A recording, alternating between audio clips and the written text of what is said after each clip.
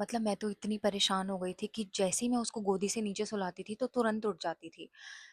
मैंने तो इतनी कोशिश करी उसको सुलाने की, फिर फाइनली जाके एक दिन ऐसा आया कि तो जैसे-जैसे मैं अपना उसके साथ ये रूटीन फ़ॉलो करने लग गई तो वो सोने। Hi guys, welcome back to my channel and I am back with another video. And आज हम बात करने वाले हैं बेबीज़ के बारे में। बेबी रात को क्यों नहीं सोता है, कितनी सारी डिफ़िकल्टीज़ आती हैं मॉम को, और और भी 2-4 टिप्स के बारे में मैं आपको बताऊँगी जो मैंने अपने बेबी के साथ करी हैं स्पेशली। और मुझे उनसे काफ़ी ज़्यादा, मतलब जैसे मैं वो चीज़ें करती थी, तो उस चीज़ से उसमें काफ़ी सारे चेंजेज़ आए थे। तो आज मैं आपसे वही सारे टिप्स शेयर करूँगी। आई होप कि आप सबको वो काफ़ी ज़्यादा हेल्प करेंगे, एंड जो अभी मॉमीज़ प्रेग्नेंट हैं एंड जो मॉमी बन गई हैं, तो उन सबको बहुत-बहुत कांग्रेचुलेशंस। एंड तो चलिए वीडियो स्टार्ट करते हैं। फर्स्ट ऑफ ऑल, आपने क्या करना है, जब आपका बेबी सो रहा होता है तो आपने उस कमरे में एकदम शांति रखनी है। जो लोग कहते हैं ना कि अभी ये तो छोटा है, इसे या छोटी है, इसे नहीं पता कुछ भी, तो भाई ये बिल्कुल झूठ है, बच्चों को सब पता चलता है, ठीक है? तो अब जैसे-जैसे मैं आपको बताऊँगी वैसे-वैसे अगर आप टिप्स फ़ॉलो करोगे तो आपका बेबी भी 100% रात को आराम से सोने वाला है और वो सिर्फ़ फ़ीड के लिए उठेगा, बाकी आपको वो वैसे परेशान नहीं करेगा। सबसे पहले मैं आपको अपना बता देती हूँ कि जब मुझे डिफ़िकल्टीज़ आई थी, स्टार्टिंग में मेरा बेबी मुझे नहीं परेशान करता था, लेकिन जब वो 2-3 महीने की हो गई थी, तो उसके बाद उसने 3-4 दिन रात को क्या हुआ कि वो सोती ही नहीं थी। मतलब मैं उसको फ़ीड कराती थी और मैं बड़ी कोशिश करती थी कि वो सो जाए, पर वो नहीं सोती थी। वो सारा मतलब मैं क्या बताऊँ, सारी रात रोती ही रहती थी वो।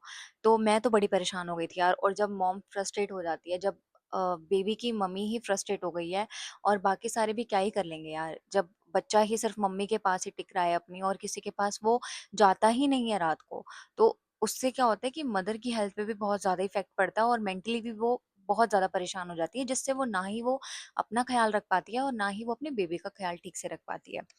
तो हुआ यूँ था कि वो रात को सोई नहीं, तो मैं बड़ी परेशान हो गई थी। रात को हालाँकि मैं उसकी मालिश वग़ैरह करके सुलाती थी, बट फिर भी नहीं फ़र्क पड़ा। तो फिर मैंने क्या करा, मैंने उसका रूटीन अपने जैसा कर दिया। जैसे कि मेरा रूटीन था रात को कि जब मैं जैसे कि हम सबका ही होता है कि हम जब अपना रात को नाइट ड्रेस पहनते हैं, अपना मुँह हाथ धो के सोते हैं, तो हमें फ्रेश सा फ़ील होता है ना और नींद भी अच्छी आती है। तो मैंने कहा यार एक बार इसे भी ट्राई करके देखती हूँ। तो जब सर्दियाँ निकल गई, मेरी बेटी अगस्त में हुई थी, 3 महीने यूँ ही निकल गए, फिर सर्दियाँ आ गई, तो मैंने ऐसा कुछ तो नहीं करा, पर हाँ, रात को मैं क्या करती थी, उसकी मसाज कर देती थी अच्छे से। उसके बाद मैं उसको कपड़े पहना देती थी दूसरे, पूरे दिन वाले नहीं, जो वो पूरे दिन पहनती थी उनको उतार के मैं उसको साफ-सुथरे कपड़े पहनाती थी।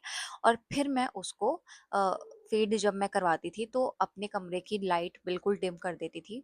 बहुत लाइट सी, बहुत हल्की रोशनी होती थी मेरे कमरे में और बिल्कुल शांति होती थी। तो वो फ़ीड करते ही वो सो जाती थी और गोदी में उसको मुझे नहीं सुलाना पड़ता था।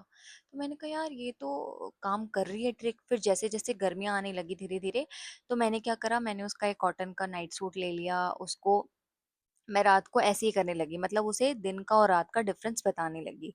तो रात को फिर मैं उसके लिए अपना अलग उसकी ड्रेस होती थी और दिन में जो पूरे दिन में होती है, बच्चा धूल में भी रहता है, सब चीज़ होती है, तो नहीं सो पाता बच्चा, ठीक है? तो रात को आपने क्या करना है, जब आपका 7 साढ़े 7 हो गए, तो आपने उसको नाइट सूट पहना देना है, उसका उसको खाना-वाना खिला के, अगर आपका बेबी फ़ीड करता है, तो आप उसे एक बार फ़ीड करवा देना, या अगर आपका बेबी 6 मंथ से ऊपर है, कुछ खाता है, तो आप उसे खाना-वाना खिला देना और आप उसको कपड़े पहना देना रात वाले, नाइट सूट उसका पहना देना।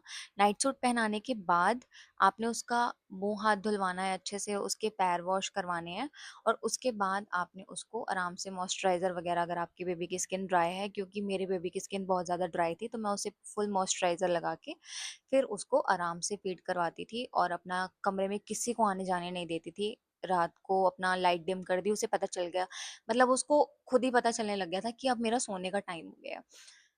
तो फिर क्या हुआ वो सोने लग गई थी, अपने आप ही फ़ीड लेती थी, अपना सो जाती थी आराम से, कमरे में कोई ना आता-जाता था। तो ये सबसे मेन पॉइंट है, आपने जब बेबी देखो, एक तो पूरे दिन का थका हुआ, खेल-खूल के मिट्टी में भी हो जाता है, सब चीज़ होती है ना? तो जब आप उसको फ्रेश कुछ अच्छा, कुछ नया मतलब चेंज करके जब उसको आप कपड़े पहनाओगे तो आपने भी अपने आप को देखा होगा तो फ्रेशनेस आती है काफ़ी। तो ऐसे ही बेबी के साथ भी होता है, उसे भी कामनेस चाहिए होती है। और सबसे मेन बात ये है कि अगर आप उसकी ये हैबिट बचपन से ही डालोगे, मतलब वो जब से वो पैदा हुआ है उसके बाद से अगर आपने ये करना शुरू कर दिया तो आपको आगे जाके बिल्कुल भी दिक्कत नहीं आएगी। अब मेरी बेबी 10 महीने की है, 10 मंथ्स में अब वो लग गई है। 10 महीने की है वो, अब आप मानोगी नहीं, वो रात को सिर्फ फीड के लिए उठती है और रात होते ही मतलब 10 साढ़े 10 11 बजे वो नींद के लिए करने लग जाती है। उसे पता है कि अब मुझे नींद आ रही है, मेरा सोने का टाइम है, और जब तक लाइट जलती रहती है और जब तक हम सब जागते रहते हैं उसे पता है कि भैया अभी सोने का टाइम नहीं है तो मुझे भी नहीं सोना। तो इस चीज़ का आपने मेक श्योर ध्यान रखना है कि जब बेबी आपके पास हो, उसका सोने का टाइम हो, तो उस टाइम उसके आसपास कोई ऐसे घूम ना रहा हो जिससे उसको ये लगे कि अभी तो सोने का टाइम है ही नहीं, क्योंकि बच्चा पागल नहीं होता। हम ऐसा समझते हैं कि बच्चे को कुछ नहीं पता, लेकिन वो सब चीज़ें ऑब्जर्व करते हैं। तो आपने इस चीज़ का बहुत ज़्यादा ध्यान रखना है। तो ये थी नंबर 1 टिप कि आपने उसको चेंज करके आराम से मुँह हाथ धो के सुलाना है। अगर सर्दियाँ हैं तो आपने उसकी मसाज देनी है और उसके बाद उसको चेंज करवा के, कपड़े पहना के आराम से उसको फीड-वीड करवाएँ, खाना-वाना खिलाएँ और आराम से सुलाएँ। तो ये टिप मेरे लिए तो बहुत ज़्यादा काम करी थी और मुझे लगता है कि सभी मदर्स के लिए बहुत ज़्यादा काम करेगी। तो आप ये वाली टिप ज़रूर करके देखना और मुझे फिर कमेंट में आके बताना कि आपके लिए टिप कितनी ज़्यादा फ़ायदेमंद थी। और इससे अगली वीडियो मैं बेबी के रैशेज़ के ऊपर बनाने वाली हूँ, जिससे मेरा एक पैसा भी खर्च नहीं हुआ था और मेरे बेबी को ज़ीरो रैशेज़ थे। मानोगे आप लोग? जब वो 14 दिन की थी तो मुझे कुछ पता नहीं था और घर वालों को भी इतना कुछ पता नहीं होता है, तो मुझे लोगों ने सजेस्ट करी कि इसको डायपर रैश क्रीम लगाओ, ये लगाओ, वो लगाओ। पर मैंने जो घर का तरीका आज़माया था उससे मेरे बेबी को ज़ीरो रैशेज़ थे और डायपर से भी कुछ नहीं होता। तो इसके बारे में बेसिकली हम नेक्स्ट वीडियो में बात करेंगे। मैं इसके लिए अलग से सेपरेट वीडियो बनाऊँगी। तो अभी के लिए ये बेबी का स्लीपिंग वीडियो था। आप इस चीज़ को करके देखना, आपको ज़रूर फ़ायदा होगा। एंड आज के लिए बस इतना ही, मिलते हैं हमारे नेक्स्ट वीडियो में। अगर आपको ये वीडियो अच्छा लगा हो तो इसे लाइक करना, शेयर करना एंड कमेंट करके मुझे बताना कि अब आपका बेबी सो पाता है या नहीं। एंड जो मम्मीज़ बेबी डिलीवर करने वाली हैं उनको बेस्ट ऑफ लक। आप और आपका बेबी बिल्कुल सेफ रहें, आप दोनों स्वस्थ रहें, अच्छे रहें। एंड मिलते हैं हमारे नेक्स्ट वीडियो में। तब तक के लिए बाय।